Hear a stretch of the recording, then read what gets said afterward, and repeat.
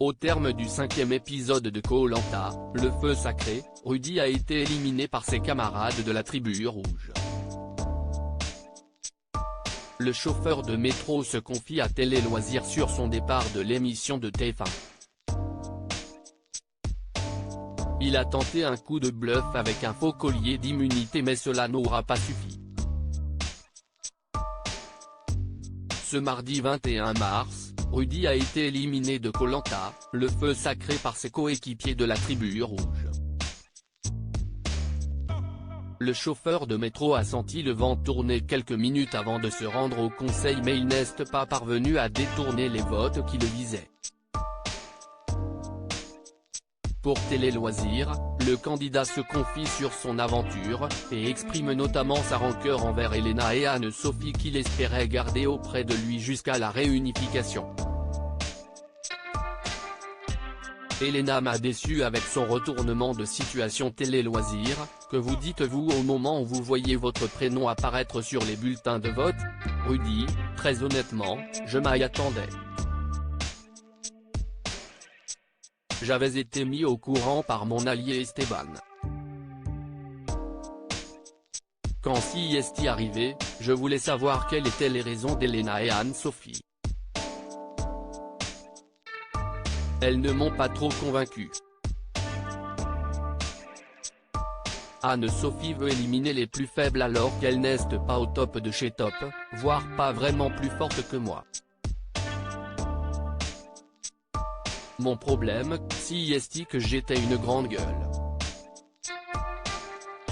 Forcément, la moindre petite erreur est multipliée par 10. CIST vrai qu'en natation, je ne suis pas très fort, on ne peut pas le nier. Elena m'a déçu avec son retournement de situation. Je l'avais protégée et mise en garde. Clairement, elle m'a trahi. CIST un coup dur. Quand elle me dit qu'on forme un duo trop fort avec Esteban alors qu'elle était dans un trio avec nous pour éliminer Alexandre, la pilule a du mal à passer.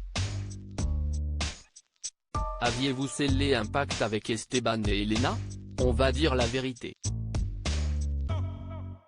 Le vrai duo, c'était Esteban et moi, on était tout le temps fourrés ensemble. Qu'on puisse faire peur, ok. Mais on était quand même ouvert aux autres et Elena était très présente de temps en temps avec nous. J'étais loin d'imaginer qu'elle était un peu manipulatrice. Quand Anne-Sophie vous dit que vous êtes le plus faible au niveau sportif, vous êtes d'accord? Pas tellement.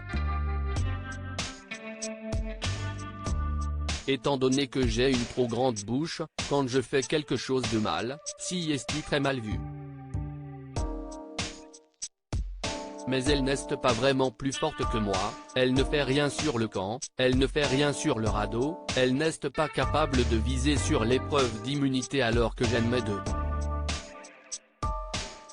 J'ai quelques lacunes et ça me fait défaut.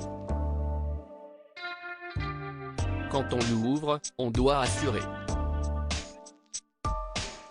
Avec Tania, il n'y avait pas de stratégie. Est-ce que vous vous êtes surestimé au niveau de la stratégie? Clairement. J'aurais dû être encore plus fort que ça. Je ne reprocherai jamais aux jaunes leur façon de jouer. Quentin, Frédéric et Clémence ont joué fair-play, je ne peux rien leur dire. Mais quand deux brebis galeuses viennent les voir dans le camp adverse, CIST du pain béni, ce sont deux votes supplémentaires servis sur un plateau. Si l'aventure était à refaire, diriez-vous moins que vous êtes un grand stratège? Je ne dirais rien du tout. Mes filles m'avaient prévenu de ne pas faire mon petit chef. En fait, CIST dure quand on est de nature à ouvrir sa bouche. Si jamais je devais le refaire, je mordirais ma langue pour ne pas parler. Quand je regarde Koh Lanta depuis longtemps, ceux qui vont le plus loin sont les plus discrets. Ça a été plus fort que moi.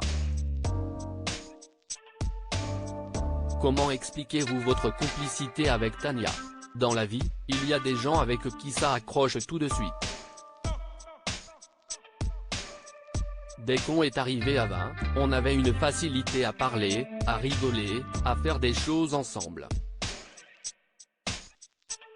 Si est un naturel qui s'est fortement installé. L'amitié était là, l'entraide aussi. On ne discutait pas de stratégie parce que le fait de se retrouver ensemble, c'était naturel. On avançait forcément ensemble. Mon plus grand regret, avoir fait confiance à Elena et Anne-Sophie dans l'épisode, on voit les aventuriers commencer à cracher dans votre dos. Comment était l'ambiance sur le camp? Ça parle derrière mais rien n'était dit en face. Dans mon caractère, je sais que je parle beaucoup donc je sais que je peux agacer. Dans la vraie vie, je suis social et jovial. Je suis en mode bienveillance à la base. Dans un jeu comme ça, je peux agacer parce que les gens veulent à tout prix gagner. Quelle est votre plus grande fierté? Si est d'avoir participé à Koh Lanta, tout simplement. Sur plus de 40 000 personnes, j'ai été retenu. On veut toujours aller plus loin, j'aurais aimé être sur les poteaux. Je suis quand même assez content de ce que j'ai fait.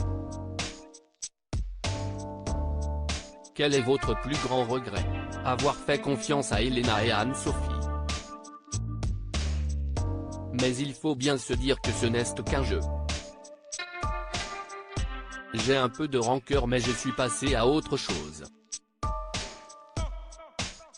La vie a repris son cours. Je n'aille pas de mal à ce qu'on m'élimine mais si est plutôt la façon de le faire, de m'avoir menti. Anne-Sophie qui ne fout rien et qui dit que je suis le plus faible et Elena que j'ai protégée et qui me ment en me regardant droit dans les yeux, pour qu'au final elle vote contre moi, ça j'ai eu un peu de mal. Qu'elle me dise qu'elle n'était plus d'accord avec moi, je l'aurais accepté. À lire aussi Elodie, Koh Lanta 2023, évoque son combat contre un cancer du sein, le plus gros du traitement est derrière moi.